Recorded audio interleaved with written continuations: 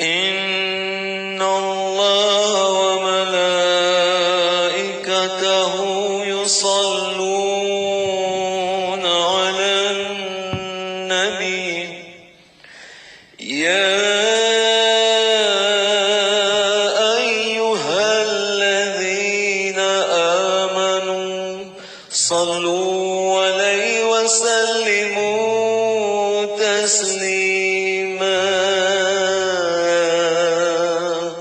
اللهم صل وسلم وبارك عليه وعلى آله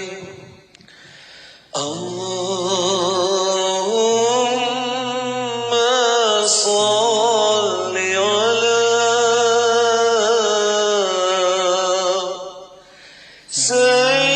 سيدنا محمد عبدك ورسولك النبي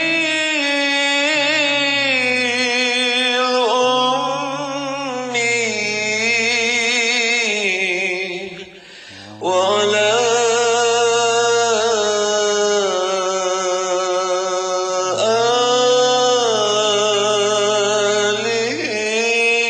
آله وصحبه وسلم اللهم صل على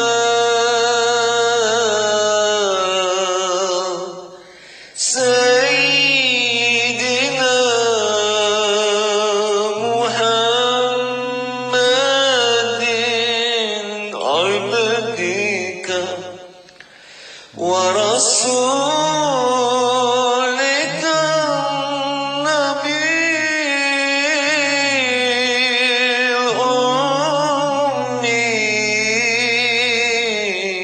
الأمي وعلى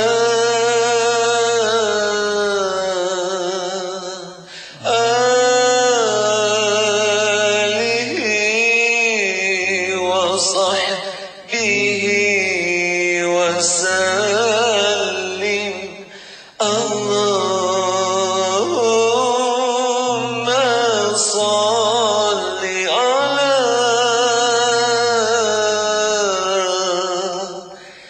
سيدنا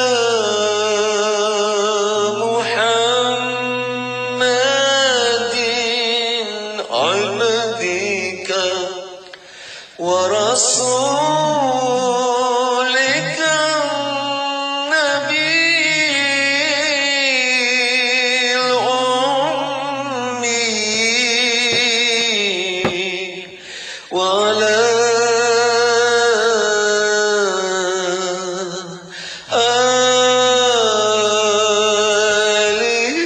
آله وصحبه وسلم اللهم صل على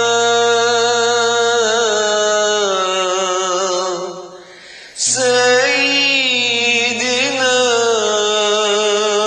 محمد عبدك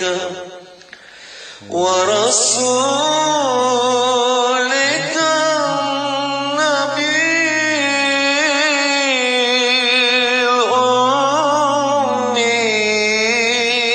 الأمي وعلى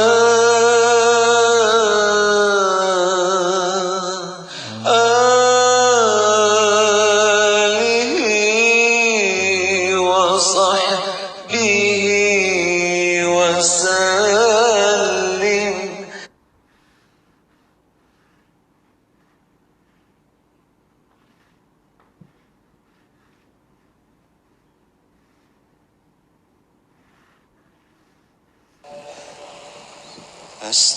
أستغفر الله رب البرايا أستغفر الله من الخطايا أستغفر الله رب البرايا أستغفر الله من الخطايا ربي زدني علما نافعا ووفقني عملا صالحا ويا هب لي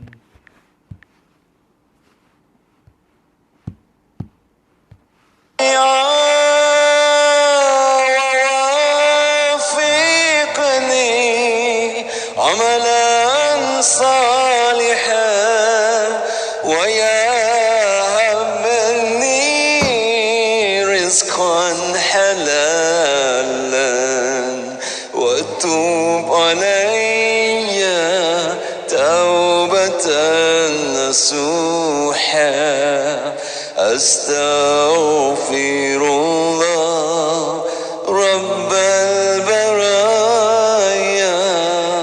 أستغفر الله من الخطايا أستغفر الله رب البرايا أستغفر الله من الخطايا يا Allah ampunkan dosa terimalah taubatku rahmatilah hidup ini hingga akhir hayat nanti Astaghfirullah Rabbal baraya Astaghfirullah minal khataya Astaghfirullah Rabbal baraya Astaghfirullah minal khataya Ya Allah kami lemah kuatkanlah hati ini berikanlah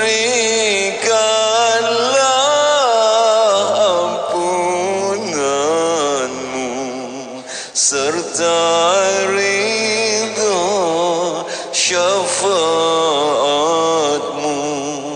Astaghfirullah Rabbal baraya Astaghfirullah minal khataya Astaghfirullah Rabbal baraya Astaghfirullah minal khataya Ya Tuhan kami hanya kepadamu kami mohon ampunanmu kabulkanlah doa kami mudahkanlah jalan kami Astaghfirullah Rabbal baraya Astaghfirullah minal khataya Astaghfirullah Rabbal baraya أستغفر الله من الخطايا أستغفر الله رب البرايا أستغفر الله من الخطايا. Bismillahirrahmanirrahim. Alhamdulillah Rabbil Alamin. Allahumma salli wa sallim barik ala Sayyidina Muhammad wa ala alihi wa sahbihi sallim. Allahumma aftah alaina wa ala dhurriyyatina futuha al-arifin. Allahumma allimna ma yanfa'una wa fa'na bima 'allamtana wa zidna 'ilma. Allahumma ya mu'allima Ibrahim allimna ya mafahima Sulaiman fahimna. Subhanaka la ilma lana illa ma 'allamtana innaka antal alimul hakim. ولا حول ولا قوة إلا بالله العلي العظيم. إلهنا أنت مقصودنا ورضاك مطلوبنا أعطنا محبتك ومعرفتك. وصلى الله على سيدنا محمد وعلى آله وصحبه وسلم والحمد لله رب العالمين. السلام عليك يا رسول الله. السلام عليك يا نبي الله. السلام عليك يا حبيب الله. السلام عليك يا سيد المرسلين. السلام عليك يا إمام المتقين. السلام عليك يا خاتم النبيين. السلام عليك يا نبي الرحمة. السلام عليك يا نبي التوبة. السلام عليك يا مصطفى. السلام عليك يا مرتضى. السلام عليك ورحمة الله وبركاته. السلام عليك وعلى آلك الطاهرين. السلام عليك وعلى أصحابك أجمعين ورحمة الله وبركاته. الفاتحة. أعوذ بالله من الشيطان الرجيم. بسم الله الرحمن الرحيم. الحمد لله رب العالمين الرحمن الرحيم مالك يوم الدين إياك نعبد وإياك نستعين اهدنا الصراط المستقيم صراط الذين أنعمت عليهم غير المغضوب عليهم ولا الضالين آمين. الحمد لله رب العالمين وبه نستعين على أمور الدنيا والدين. اللهم صل وسلم وبارك على حبيب الرحمن والسيد الأكوان الحاضر مع من صلى عليه في كل زمان ومكان وعلى آله وصحبه وتابعه بإحسان. مسلمين muslimat rahimakumullah. Assalamualaikum warahmatullahi wabarakatuh. Alhamdulillah, syukur pada Allah yang telah pertemukan kita sekali lagi dalam kuliah pada petang yang mulia ini. Tuan-tuan dan puan-puan semua, apa khabar? Alhamdulillah, mudah-mudahan Allah panjangkan umur semua dalam sihat walafiat, ditanamkan iman dan taqwa, dibukakan pintu ma'rifat, dimatikan semua kita dalam iman, dalam Islam, dalam husnul khatimah, dan ditemukan kita dengan Rasulullah sallallahu alaihi wasallam. Allahumma amin ya rabbal alamin. Ya para jemaah sekalian, menyambung kembali kita dalam pengajian daripada kitab Syarhus Sudur bi Syarh Halil Mauta was Qubur, iaitu kitab yang membicarakan tentang halnya mati dan juga halnya kubur. Dalam pelajaran kita semalam, kita telah menyebutkan bagaimana orang-orang ahli kubur itu merasa senang apabila keluarga saudara mara datang ziarah ke perkuburannya. Dan demikian juga kita telah mengatakan bahawa apabila kita datang ziarah kubur tu, kalau boleh kita pilih yang hari terbaik, dan hari terbaik itu ialah hari Jumaat. Hari Jumaat, daripada malamnya Jumaat sampailah pada hari Jumaat, sampai malam Sabtu, sampailah pagi Sabtu sebelum terbit matahari, maka roh-roh ni semua berada dalam kuburnya, dan mereka mengetahui siapa yang datang ziarah kepada mereka, dan mereka merasa senang orang datang ziarah pada mereka. Dan kalau boleh jangan kita kelang kabut bila ziarah kubur tu, duduklah sebentar, kerana mereka merasakan dengan kehadiran kita tu, mereka bermesra dengan kita. Apalagi kalau dia adalah ayah kita, ibu kita, suami atau isteri kita, atau keluarga kita yang terdekat. Dan demikian juga kepada sahabat andai. Dan bila kita berdoa tu, kita doakan untuk ahli kubur yang kita ziarah dan sekalian mereka yang berada di keliling kubur tersebut. Mudah-mudahan juga mendapat rahmat dan barakah daripada doa orang-orang yang datang berziarah. Jadi begitulah tuan-tuan dan puan-puan dalam pembicaraan kita semalam, dan pada petang ini pula Kita membicarakan pula tentang berkata Al-Imam As-Suyuti rahimahullah ta'ala pengarang kitab ini. Semoga Allah Ta'ala meninggikan darjatnya dan melimpahkan rahmat pada rohnya. Dan semoga Allah berkatkan ilmunya kepada kita dunia dan akhirat dengan berkat dengan niat tersebut. Dengan berkat syafaat Nabi SAW. Al-Fatihah. A'udzubillah minasyaitonirrajim. Bismillahirrahmanirrahim. Alhamdulillah rabbil alamin arrahmanir rahim maliki yaumiddin. Iyyaka na'budu wa iyyaka nasta'in ihdinas siratal mustaqim siratal ladzina an'amta 'alaihim ghairil maghdubi 'alaihim waladdallin. Amin. Ya tuan-tuan dan puan-puan rahimakumullah, maka dalam pada pelajaran kita petang ini pula kita akan membicarakan daripada beberapa hadis daripada kitab Syarhus Sudur ini, kitab Imam Suyuti. Antaranya ialah bahawa amalan bahawa orang yang sudah mati itu dipertunjukkan kepada mereka tempat kembalian mereka setiap pagi, setiap petang, setiap hari 2 kali. Apa dia maksudnya? Tempat kembali mereka ke dalam syurga atau tempat kembali mereka dalam neraka. Begitulah Rasulullah sallallahu alaihi wasallam telah bersabda sebagaimana yang diriwayatkan oleh Imam Bukhari dan Muslim daripada Ibnu Umar radhiyallahu anhuma. Anna Rasulullah sallallahu alaihi wasallam qala inna ahadakum idza mata urida alaihi maq'adahu bil ghadati wal 'ashi. Sesungguhnya seseorang kamu yang telah mati itu akan ditunjukkan kepadanya tempat duduknya, iaitu dalam neraka atau dalam syurga pada waktu pagi dan waktu petang. Mana pagi tu pagi siang hari atau waktu petang tu ataupun malam, ya. Kalaulah dia daripada ahli syurga, maka ditunjukkanlah dia akan syurga. Kalaulah dia daripada ahli neraka, maka akan ditunjukkanlah dia akan neraka. Dan akan dikatakan kepada dia, inilah tempat tinggal kau nanti apabila Allah bangkitkan kau pada hari kiamat. Jadi kalau orang dalam kubur tu, kalau dia lihat tempat kembali dalam syurga, happy lah dia. Ya, tak sabar lagi nak cepat-cepat kiamat. Tapi kalau na'udzubillah di dalam kubur tu diperlihatkan ke dia neraka, dia pun rasa takut, janganlah kiamat. Kenapa? Sebab takut nanti masuk neraka.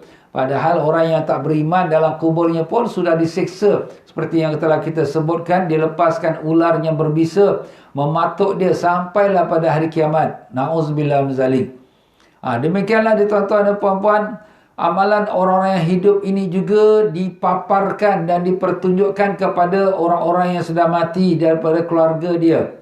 Sebagaimana diriwayatkan oleh Imam Ahmad dan juga Imam Hakim dan Imam Tirmizi daripada Ibnu Mandah daripada Anas radhiyallahu anhu mengatakan Rasulullah sallallahu alaihi wasallam telah bersabda, sesungguhnya amalan kamu dipertunjukkan kepada saudara mara kamu, keluarga kamu yang sudah meninggal.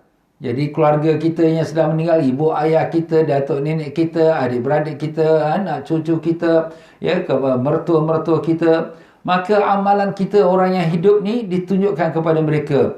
Kalaulah amalan kita ini orang-orang yang berbuat baik, amal ibadat, soleh, maka orang-orang yang dah mati itu bila melihat keluarga dia dalam ibadat, mereka gembira, happy mereka. Tetapi kalau sebaliknya, mana sebaliknya itu kalau dia buatnya maksiat, yang derhaka, yang berdosa, maka orang-orang yang dah mati pada keluarga dia berkata, ya Allah, janganlah kau matikan orang ini sehingga kau berilah hidayat kepada mereka, sehinggalah ke mereka juga dapat hidayat seperti mana yang kau telah beri hidayat kepada kami. Ini sudah tentulah kaum keluarga mereka pun orang yang beriman, yang dah mati, dan orang yang soleh, yang di mana mereka dalam kubur mereka tak adalah azab. Kalau mereka pun dalam kubur dia kena azab, apa nak cerita hal orang, diri sendiri pun tak lepas. Tapi mereka yang orang beriman, yang beramal soleh, ibu ayah kita, datuk nenek kita, ya, keluarga kita yang telah meninggal dunia, yang dia dalam kubur pun tidak ada azab, bahkan dalam nikmat, dia pun dapat melihat amalan saudara mara keluarga, anak cucu dia yang berbuat amal. Jadi kalau buat amal yang baik, mereka pun syukur, alhamdulillah anak cucu aku ni orang baik-baik, orang saleh.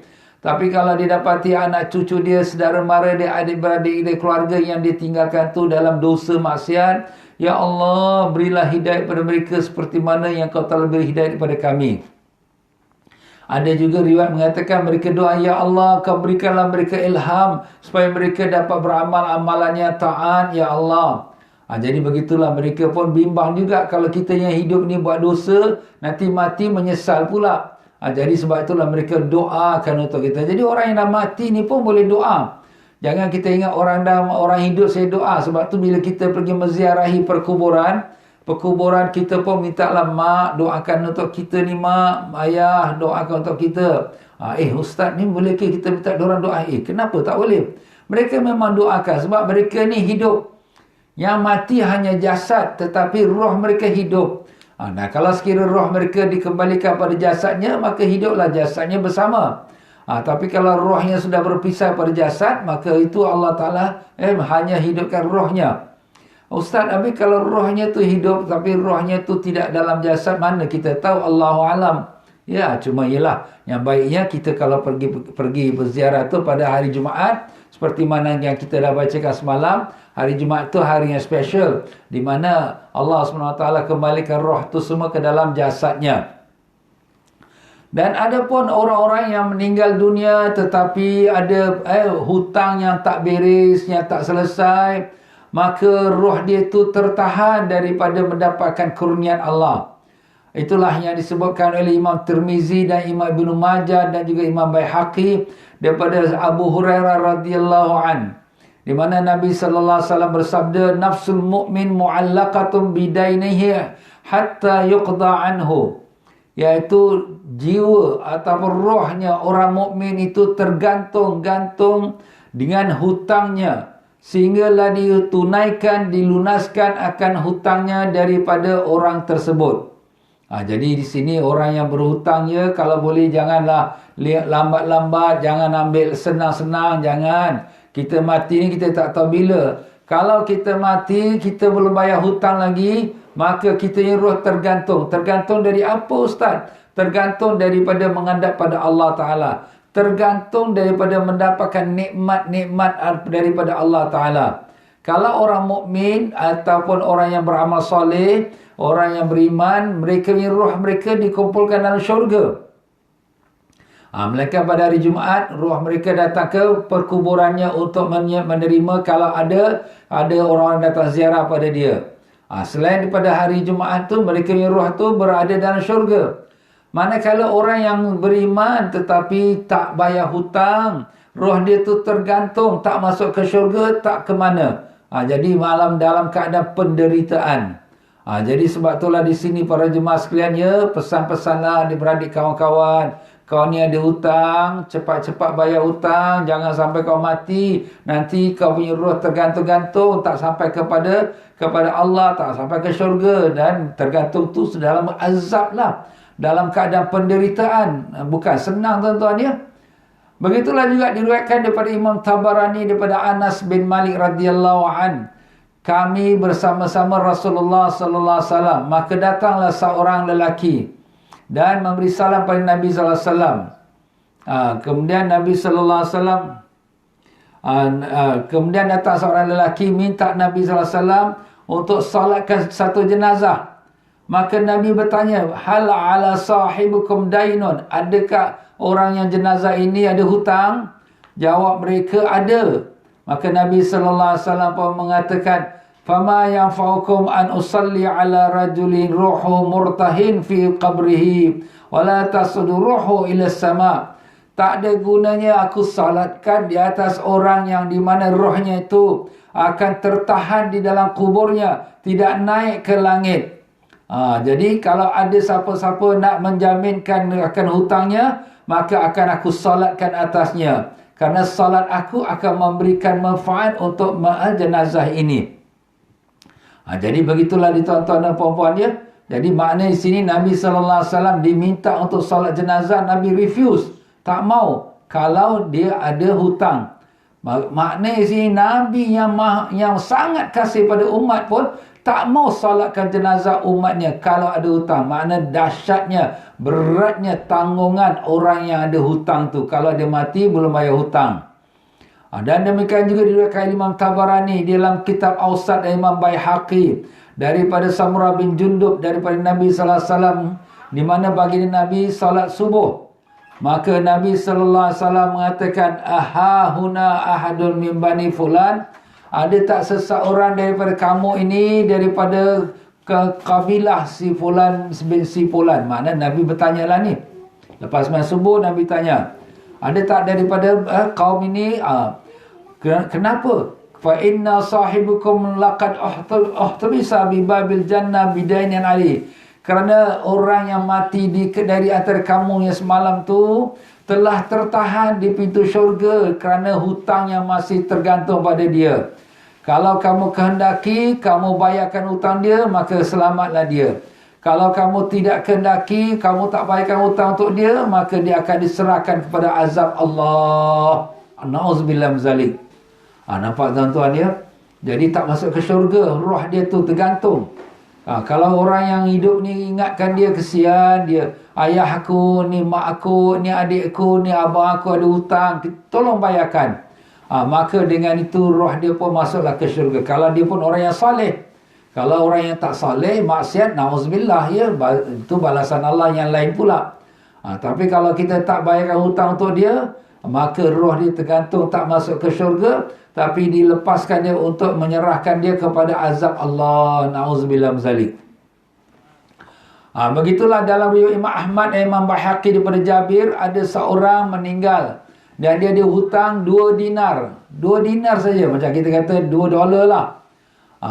Dan maka Nabi SAW tidak solatkan untuknya. Sampailah seorang sahabat yang bernama Abu Qatadah menjamin untuk nak bayarkan hutang dia, maka barulah Nabi solatkan untuk dia, untuk si mayat itu. Ini sahabat Nabi tuan-tuan di Madinah ni, maknanya orang-orang soleh, orang baik, tapi ada hutang. Hutangnya tak banyak, 2 dinar. Apalagi kalau orang yang hutang berpuluh-puluh atau beratus-ratus atau beribu-ribu. Ya Allah, ya Allah. Macam mana lagi? Jadi apabila sahabatnya bernama Abu Qatadah kata, okeylah ya Rasulullah, saya tanggunglah hutang dia, saya bayarkan. Maka barulah Nabi pun sembahyangkan untuk dia.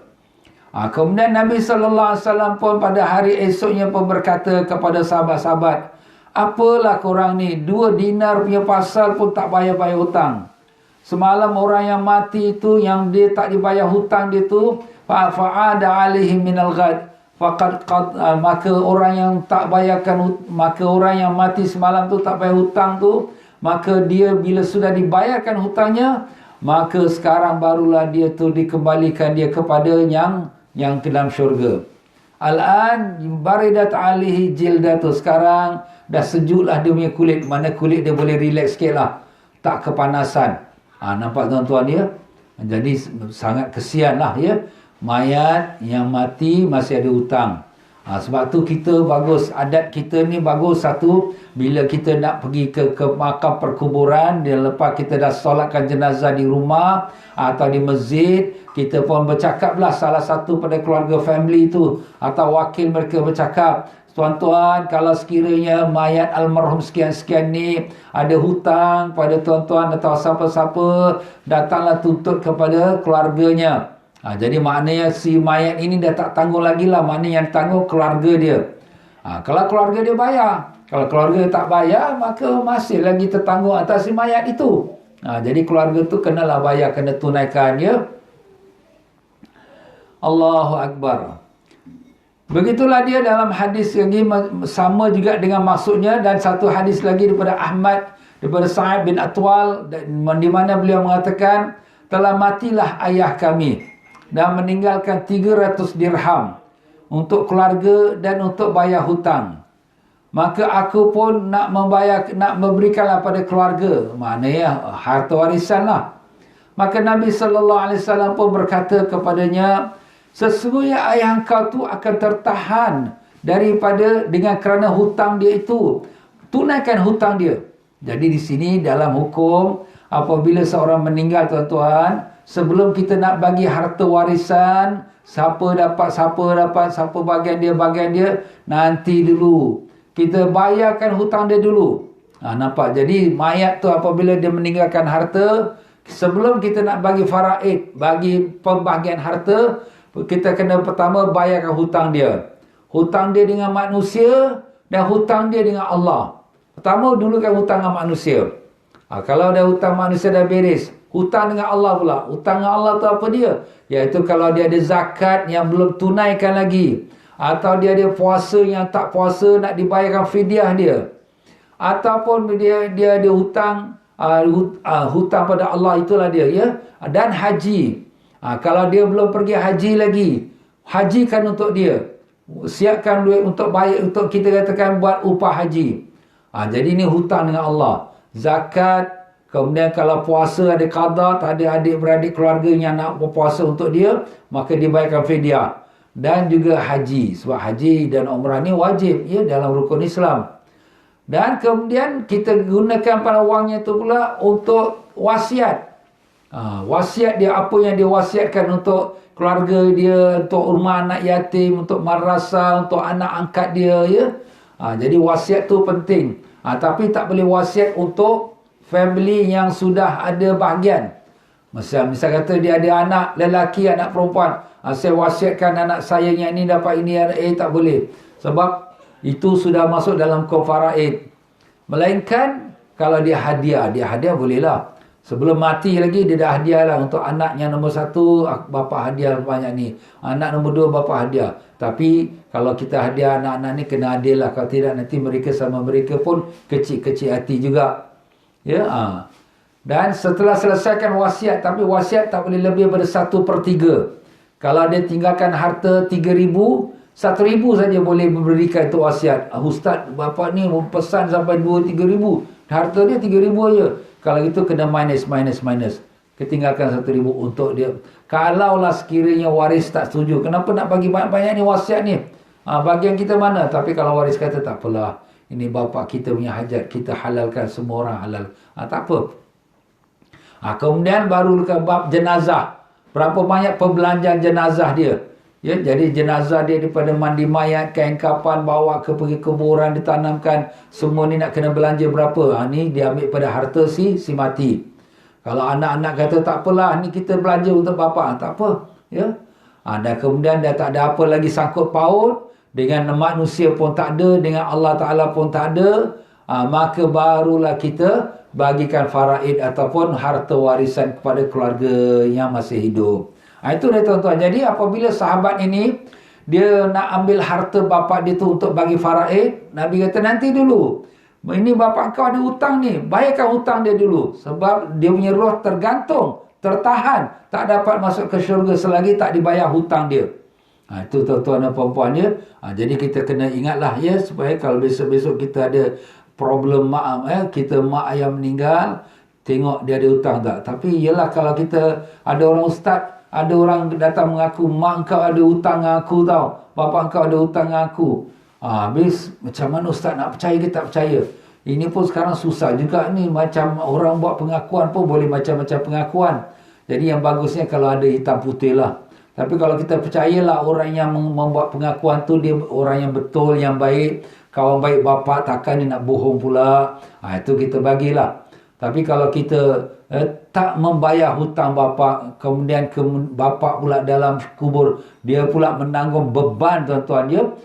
Jadi dia punya berat tu, na'udzubillah. Tak boleh nak cakap lah. Sebab tu ada kisahnya. Ada di mana 2 orang sahabat yang mulia, sahabat Nabi SAW, mereka pergi berjihad. Kemudian lalu di satu tempat, kemudian nampak satu orang tua yang di mana duduk dalam keadaan kesedihan. Maka 2 sahabat dia pun bertanya, "Engkau ni manusia ke jin?" "Aku ni manusia." "Kenapa kau dalam keadaan kesedihan?" "Aku ni mati beberapa hari lepas, tapi aku ada hutang. Anak-anak aku tak bayarkan hutang aku. Rumah aku kat sekian-sekian tempat, dan kemudian aku ada hutang dengan seseorang sekian-sekian nama dia.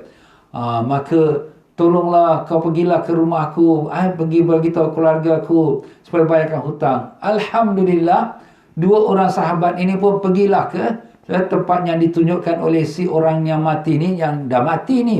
Tapi mereka bertemu sebagaimana Allah nak izinkan. Maka bayarkan hutanglah kepada dia. Maka lepas tu pada malam esoknya dia bermimpi orang tu ni datang terima kasihlah korang berdua kerana korang berdua telah usahakan untuk hutang aku dibayarkan. Aku sekarang sudah lepas daripada kesengsaraan. Nampak tuan-tuan ya? Jadi mayat ni dalam kesengsaraan ya, sebab Nabi kata roh dia tergantung, tak masuk ke syurga. Jadi apabila roh tergantung tak masuk syurga, mayat ni dalam keadaan yang kesempitan, dalam kesusahan, kesedihan ya. Jadi itulah kita anak-anaknya ambil beratlah ya. Kalau mak ayah ada hutang, baik kita tanya mak ada hutang siapa-siapa mak, ayah ada hutang siapa-siapa. Jadi kita note down lah, jangan kita biarkan saja. Kadang orang tua-tua ni dia simpan dalam hati, tapi tak sangkalah nak meninggal cepat. Itulah dia tuan-tuan ya. Anak yang prihatin agar mak bapak selamat, tanya-tanyalah mak ayah ni. Lebih-lebih kalau mak ayah tengah sakit ke apa, mak ada hutang siapa-siapa mak, nak saya tolong bayarkan. Jadi macam tu kita tanya. Dan demikian juga dalam bab wasiat. Wasiat ini maknanya kita meninggalkan pesanan. Pesanan itu untuk pembagian harta. Kalaulah sekira orang yang kita, sesiapa yang kita nak beri harta tu atau wasiat tu bukan daripada para waris kita. Kalau waris memang dah ada bahagian mereka lah. Kalau yang bukan waris tu seperti anak angkat. Anak angkat dia tak dapat hak bahagian. Sebab apa? Dia bukan waris. Tapi kesian pula dah kita jaga macam anak kita, adik-beradik dia, macam anak-anak kita semua adik-beradik dia juga. Kita siapkanlah wasiat. Tapi bagaimana disebut tadi, wasiat tak boleh lebih daripada 1/3. Ataupun kita nak buat wasiat untuk madrasah, untuk rumah anak yatim ya. Jadi bagusnya kalau sekira orang yang ada rezeki lah, memang orang yang ada harta lah, bagusnya sebelum dia meninggal tu dia buat wasiat. Buat wasiat maupun bercakap dengan lidah dia, ataupun buat tulis, ataupun pergi ke tempat lawyer supaya buat wasiat. Kalau harta tu tak banyak, cakap kat lidah pun tak apalah, anak-anak pun dengar ya, ni mak nak wasiat ni. Tapi kalau harta tu banyak, dia kena buat dengan surat hitam putih. Sebab kadang zaman sekarang ni anak-anak tak terima. Mana mak tak cakap pun, korang ni pandai-pandai saja, aku tak terima. Nampak? Mesti ada hitam putih sekarang. Mesti kadang-kadang benda ni sampai bawa ke mahkamah. Jadi ni surat lawyer ke pun kan tak cukup, mesti nak cop pula daripada mahkamah. Ni maklumlah tuan-tuan akhir zaman. Kalau kita didik anak kita dengan agama, anak-anak kita orang yang Masya Allah baik, dengar kata orang beramal, Alhamdulillah, beruntunglah ibu ayah yang dapat anak-anak macam tu. Tak payah susah-susah. Mak dah pesan, mak dah wasiat, okeylah kita jalankan wasiat mak. Kan senang. Itu dia tuan-tuan. Dan dikeluarkan daripada Abu Syekh bin Hibban, dan di mana-mana daripada Qais bin Qubaisah radhiyallahu anhu mengatakan, iaitu Nabi SAW bersabda, siapa yang tidak berwasiat, tidak akan dibenarkan dia berkata-kata dengan orang-orang yang sudah mati. Maknanya dia tak memwasiat, jadi dia meninggal.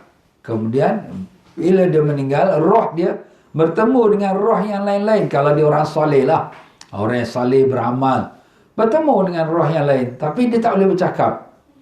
Jadi ada sahabat bertanya, ya Rasulullah SAW, apakah orang-orang yang dah meninggal tu bercakap sebelum hari kiamat?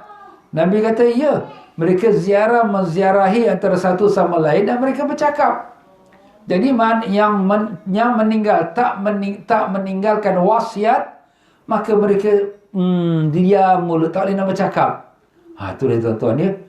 Itulah saya katakan tadi, wasiat itu dia untuk keluarga yang tidak mewarisi. Kalau keluarga yang mewarisi, anak, itu mak, ayah, itu sudah tentulah dah ada bahagian mereka dalam hukum faraid ya. Itu tak boleh kita wasiatkan untuk mereka. Kalau kita nak wasiatkan, kena dapatlah izin ataupun daripada keluarga semua ya. Tapi kalau kita nak memberi sesuatu kelebihan kepada seseorang anak kita, itu kita boleh beri hadiah. Hadiah dia tak ada had. Ni aku hadiah untuk kau. Ni bapak hadiah untuk kau ni. Ni bapak hadiah untuk anak perempuan ni. Umpama hadiah. Itu hadiah tak ada apa had. Tapi kalau sekiranya kita wasiat dia tak boleh kepada ahli waris, melainkan kepada orang yang bukan ahli waris. Dan demikian pula, roh orang-orang yang dah mati, dia bertemu juga dengan roh orang yang hidup dalam tidur. Dalam tidur. Jadi kadang-kadang kita mimpi, Ustaz, saya mimpi mak saya dah meninggal dah 10 hari dah. Saya mimpi mak saya, macam mana ni? Jawapannya, roh kita berjumpa dengan roh mak kita. Boleh ke? Kita masih hidup, roh kita ni kemudian jumpa mak kita dah meninggal, roh dia. Boleh jumpa? Boleh. Inilah dia tuan-tuan dan puan-puan ya.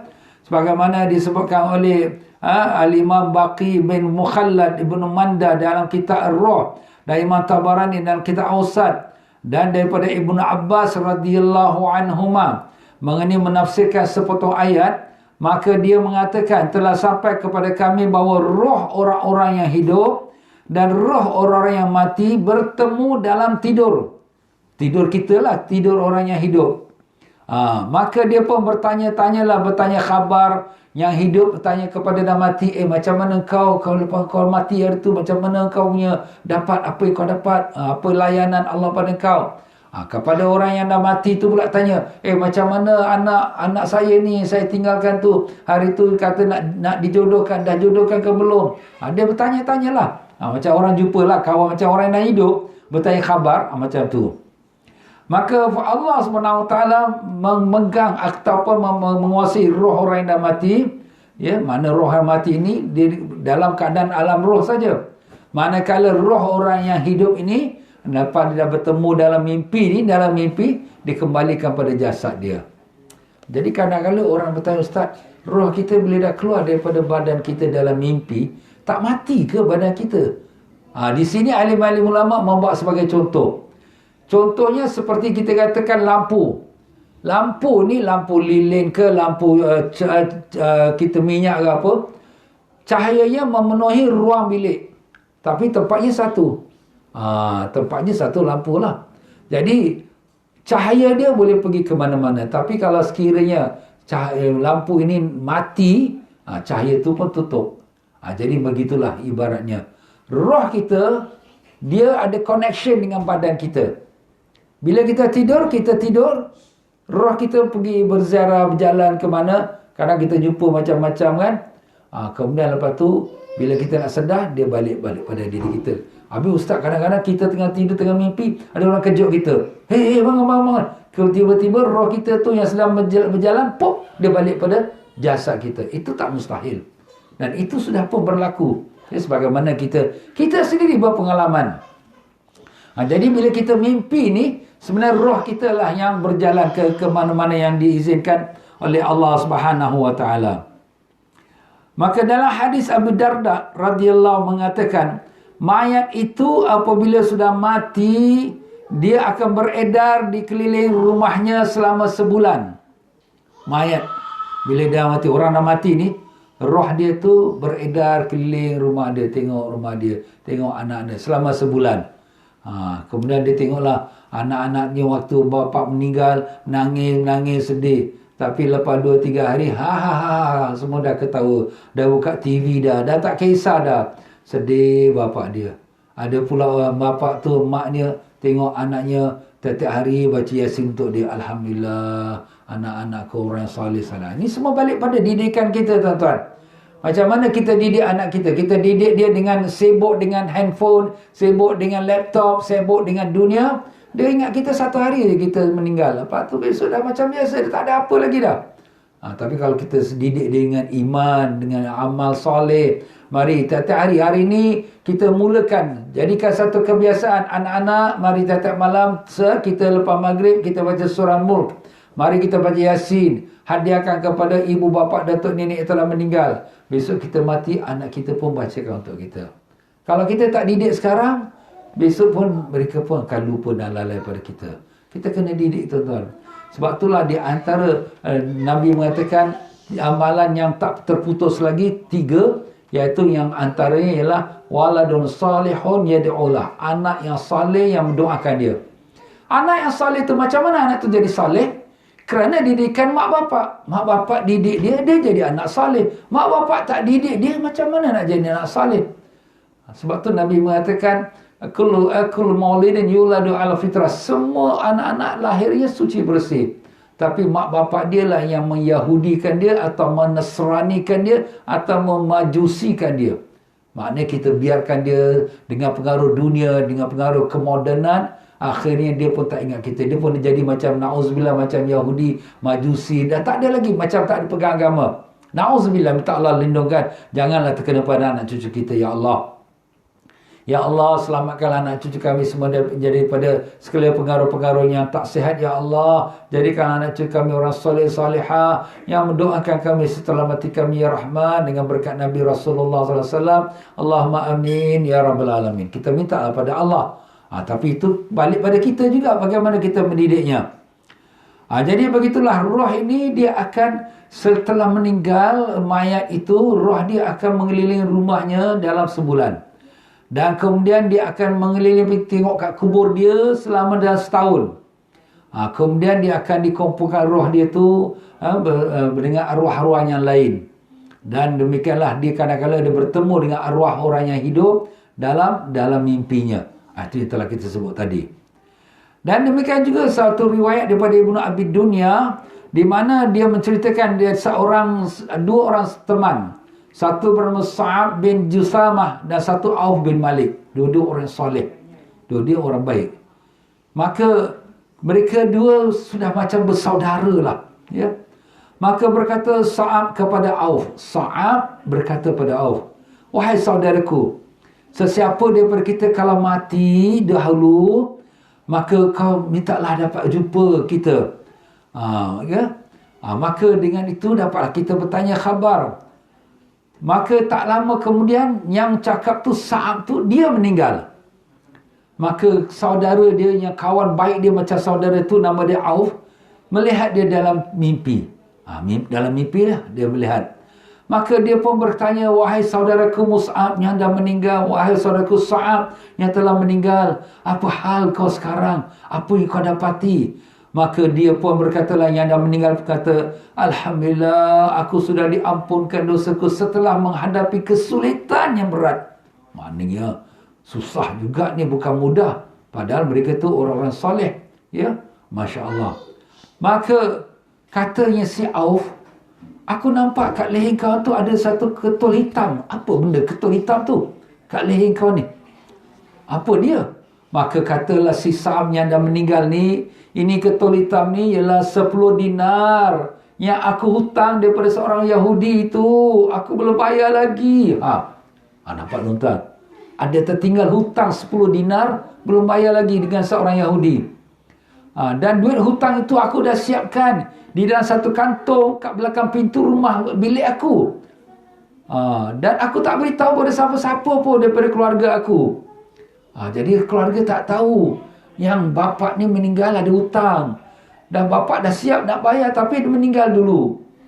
Jadi sahabat dia yang Auf ni, yang lihat dia dalam mimpi ni, besok pagi dia pergilah ke rumah si Sa'am ni, beritahu pada keluarga dia.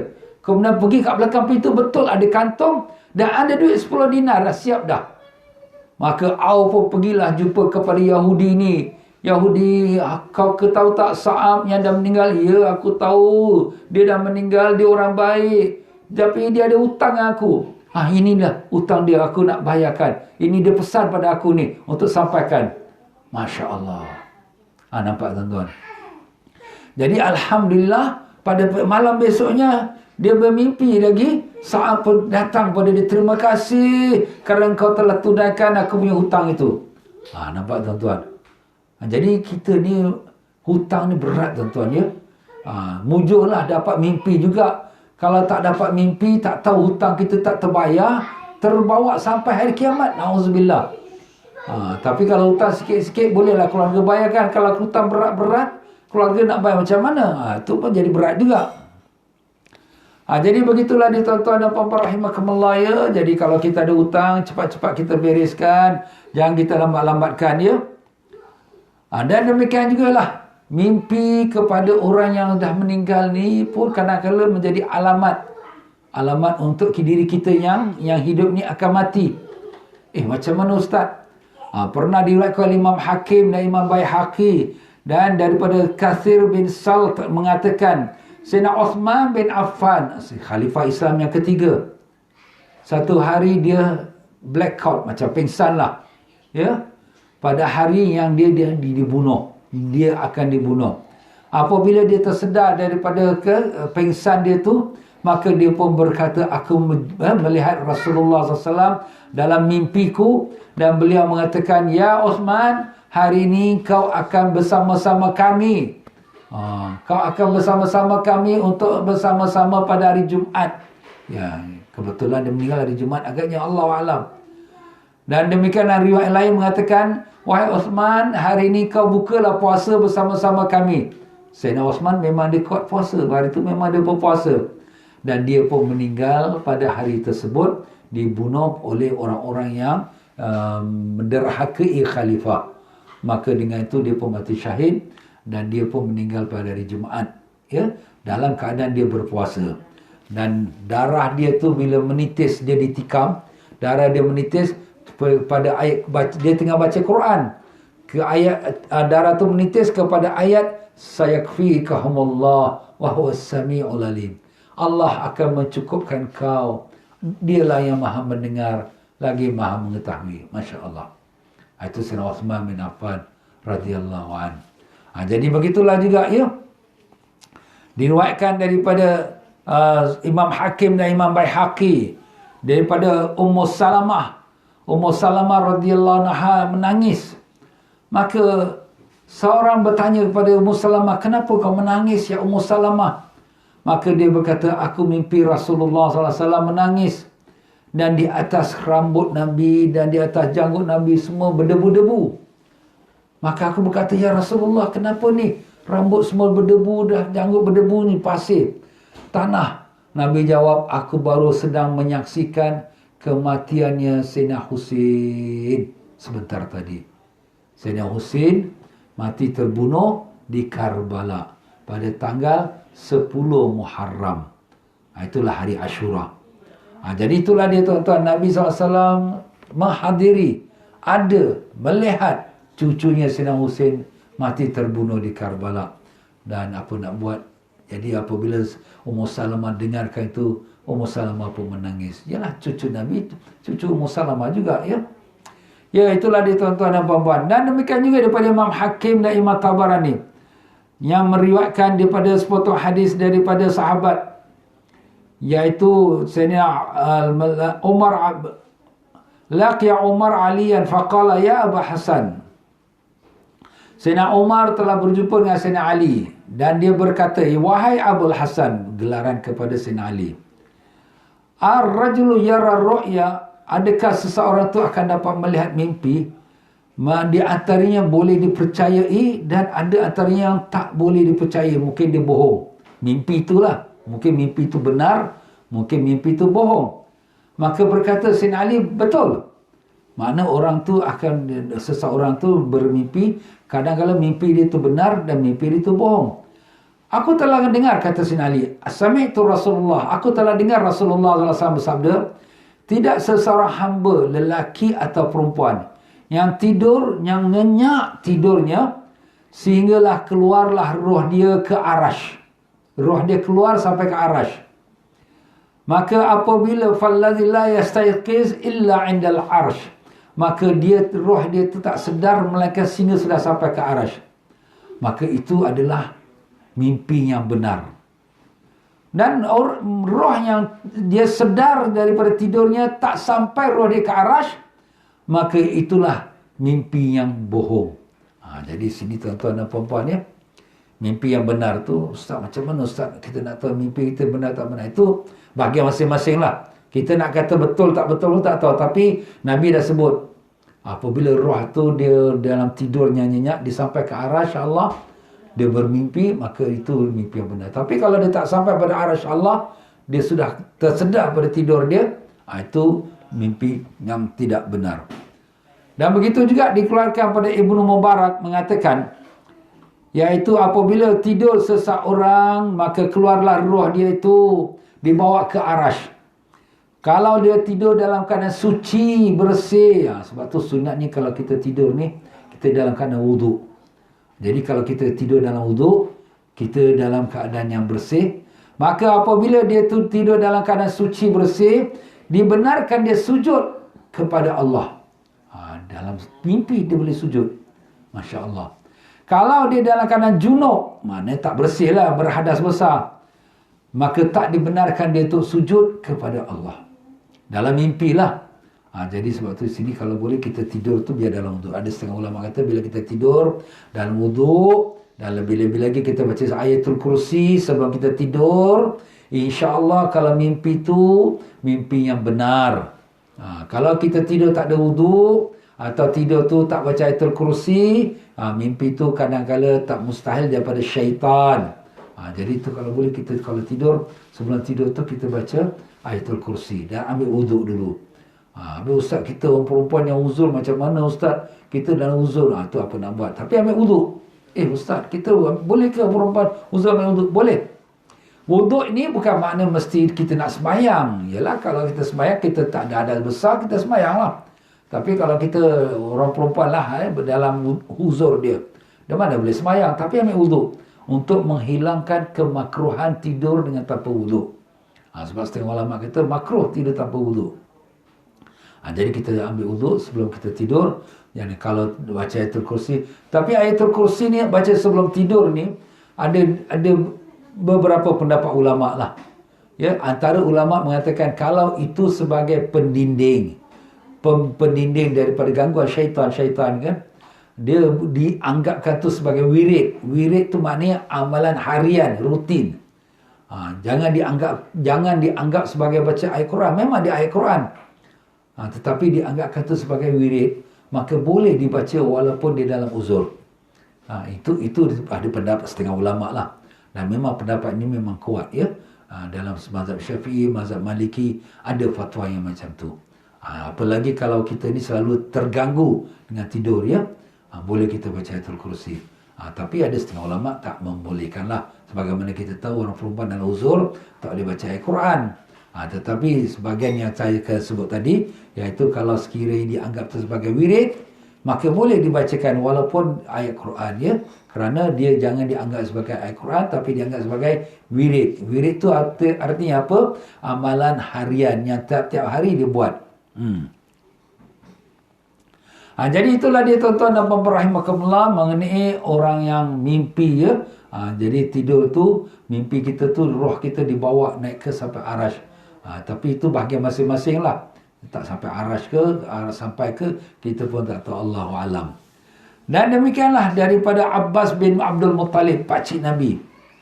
Dia pun berjumpa dengan Sayyidina Umar bin Khattab radhiyallahu anhu dalam mimpi.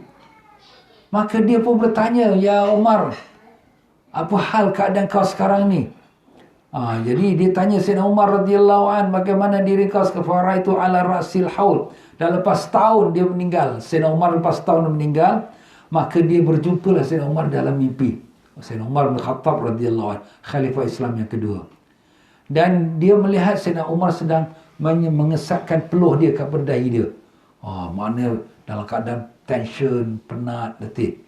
"Ya Amirul Mukminin," wahai Sayyidina Umar, Amirul Mukminin, "apa yang telah berlaku pada engkau?" Kata Abbas bin Abdul Muttalib, pakcik Nabi SAW. Maka dia mengatakan, "Barulah sekarang aku lepas daripada," orang kata kena soal jawab lah. Ya? Kalau tidak dengan kerana rahmat Allah yang bersifat Rauf Rahim, aku masih lagi teruk lagi. Tapi Allah Maha Pengasih. Allah Maha Rauf Rahim. Jadi Sayyidina Umar pun dilepaskan. Maknanya dia pun bukan senang juga. Walaupun kita tahu Sayyidina Umar ni seorang khalifah yang sangat adil dan sangat takwa pada Allah, pun masih lagi dalam keadaan yang berat sebab dia jadi khalifah, jadi ketua. Jadi banyak soal jawab dia. Bukan mudah juga walaupun dia adil. Apalagi kalau tak adil. Na'udzubillah. Apalagi kalau mengkhianati rakyat dia pula. Na'udzubillah. Apalagi rakyat dalam kesusahan, dalam keperluan, tak dibantu, tak ditolong. Na'udzubillah. Makin lagi berat lagi. Na'udzubillah. Jadi itulah dia tuan-tuan dan puan-puan. Alhamdulillah pada petang ini kita telah mendengarkan beberapa hadis mengenai roh itu. Kita bertemu roh yang mati, roh yang hidup, dan itu tak mustahil ya. Dan demikian juga mengenai bayar hutang. Kita boleh cepatlah bayar hutang kita, orang yang kita berhutang. Janganlah orang tu diamkan diri, kita pun diamkan diri. Kadang-kadang sudah menjadi satu musibah pada kita zaman sekarang. Sekarang bila orang nak berhutang tu muka ronyok 1000. Kita tengok pun muka sedih, tak sampai hati.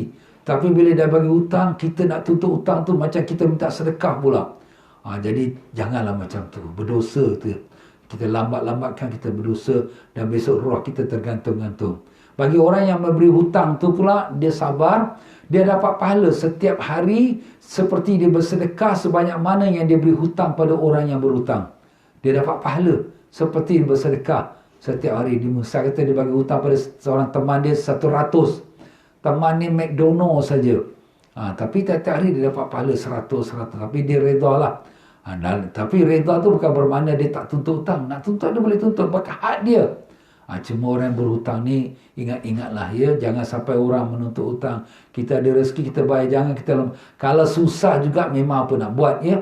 Minta maaf pada dia lah, minta tangguh. Tapi kalau kita memang dah ada rezeki, kita boleh joli sana, joli sini. Nak pergi makan angin sini. Tapi hutang kita tak bayar macam tu. Dosa kita ya. Maaf sajalah ya. Mudah-mudahan apa yang telah kita dengarkan tu dapat manfaat untuk kita dan keluarga kita. Dan mudah-mudahan ya Allah ya Tuhan kami, selamatkanlah kami pada hari mati kami. Dan selamatkanlah kami setelah mati kami. Dan selamatkanlah kami daripada azab kubur. Selamatkanlah roh kami ya Allah dikumpulkan bersama arwah yang salihin. Jadikanlah hidup kami dan mati kami dalam keadaan yang kau ridai ya Allah. Matikanlah kami dalam iman dan Islam dan husnul khatimah. Lepaskanlah kami daripada belenggu hutang. Lepaskan kami daripada segala kesempitan hidup. Lepaskanlah kami daripada COVID-19 ini ya Allah. Bukakanlah kembali masjid-masjid kami seperti biasa ya Allah. Mudahkanlah kami mereka yang nak pergi haji dan umrah dikutunaikan ya Allah. Mudahkanlah kami mereka nak pergi ziarah ke Baitul Maqdis disampaikan ya Allah. Ya Allah, kepada Engkau kami bermohon. Kepada Engkau kami mengadu dan kepada Engkau kami berharap. Tiada Tuhan bagi kami melainkan Engkau. Engkaulah Tuhan kami. Engkaulah Tuhan alam semesta ini ya Allah. La ilaha illa anta subhanaka inna kunna minal zalimin. Tiada Tuhan melainkan Engkau. Maha suci Engkau ya Allah. Kami mengaku kami daripada golongan yang menzalimi diri kami. Maafkanlah kami ya Allah. Ampunkanlah ibu ayah kami yang telah meninggal dunia. Ya Allah, luaskanlah kubur mereka. Kumpulkan roh mereka bersama arwah yang salihin. Jadikanlah mereka aman dalam kubur mereka ya Allah. Janganlah kau azab mereka ya Allah. Demikian juga datuk nenek kami, guru-guru kami, mertua-mertua kami, pakcik-makcik kami, anak cucu kami semua ya Allah. Demikian juga kami yang akan mati ya Allah. Selamatkanlah kami dari azab kubur. Izinkanlah Rasulullah menyambut roh kami. Izinkanlah Rasulullah menyambut roh kami waktu kami berpisah dari jasad kami. Dan izinkanlah Rasulullah menyambut mayat kami ketika dalam kubur ya Allah.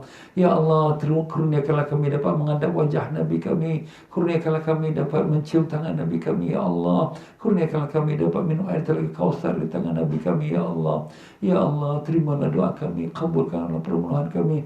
Sembuhkanlah penyakit-penyakit kami zahir dan batin. Sembuhkanlah penyakit semua mereka yang mengikuti pengajian dalam online ini ya Allah.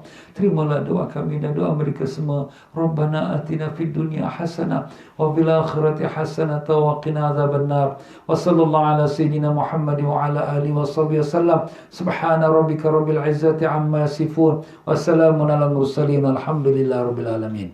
Ya tuan-tuan dan puan-puan rahimakumullah, insya-Allah siapa yang ada kelam masa malam ni lepas maghrib saya ada kuliah di Masjid Maidin ya, Kembangan di Singapura, iaitu pengajian kitab Sirah Salikin yang sangat baik sekali dalam pelajaran mengenal apakah kita suka dipuji, yang mana yang dicela dan yang mana yang dipuji.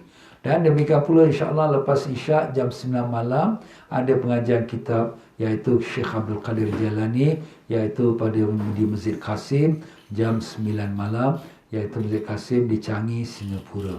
Siapa yang ada lapang silakanlah. Sekian saja daripada saya. Mohon maaf dalam apa-apa kesilapan kekurangan saya.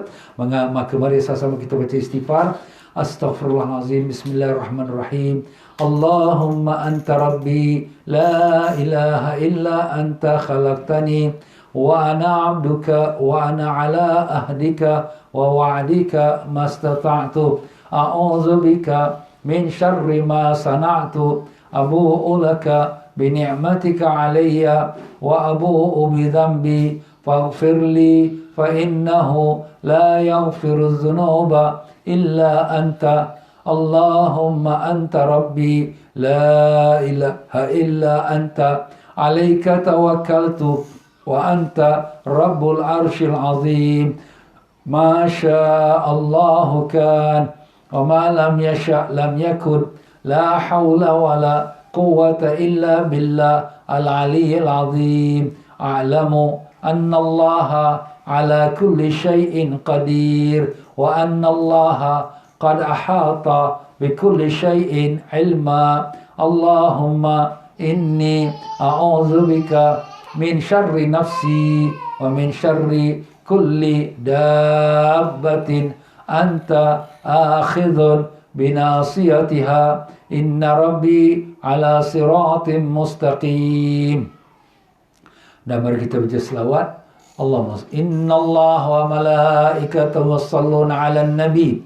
Ya ayyuhalladzina amanu sallu 'alaihi wa sallimu taslima. Allahumma salli ala sayyidina Muhammadin nabiyil ummiyil habib al-aliyyil qadar al-azimil jah wa ala alihi wa sahbihi wa sallim. Allahumma salli ala sayyidina Muhammadin nabiyil ummiyil habib al-aliyyil qadar al-azimil jah wa ala alihi wa sahbihi wa sallim. Allahumma salli ala sayyidina Muhammadin nabiyil ummiyil habib al-aliyyil qadar al-azimil jah wa ala alihi wa sahbihi wa sallim. Allahumma salli ala sayyidina Muhammadin nabiyil ummiyil habib al-aliyyil qadar al-azimil jah wa ala alihi wa sahbihi wa sallim.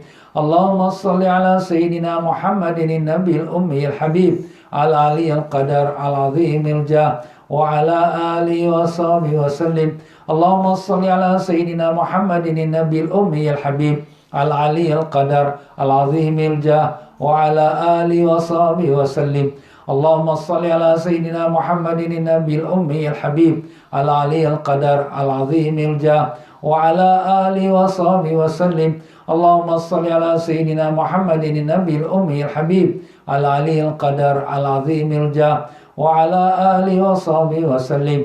Allahumma salli ala sayyidina Muhammadin nabiyil ummiyil habib al-aliyyil qadar al-azimil jah wa ala alihi wa sahbihi wa sallim. Allahumma salli ala sayyidina Muhammadin nabiyil ummiyil habib al-aliyyil qadar al-azimil jah wa ala alihi wa sahbihi wa sallim. Sekian saja, wabillahi taufiq wal hidayah. Wassalamualaikum warahmatullahi wabarakatuh.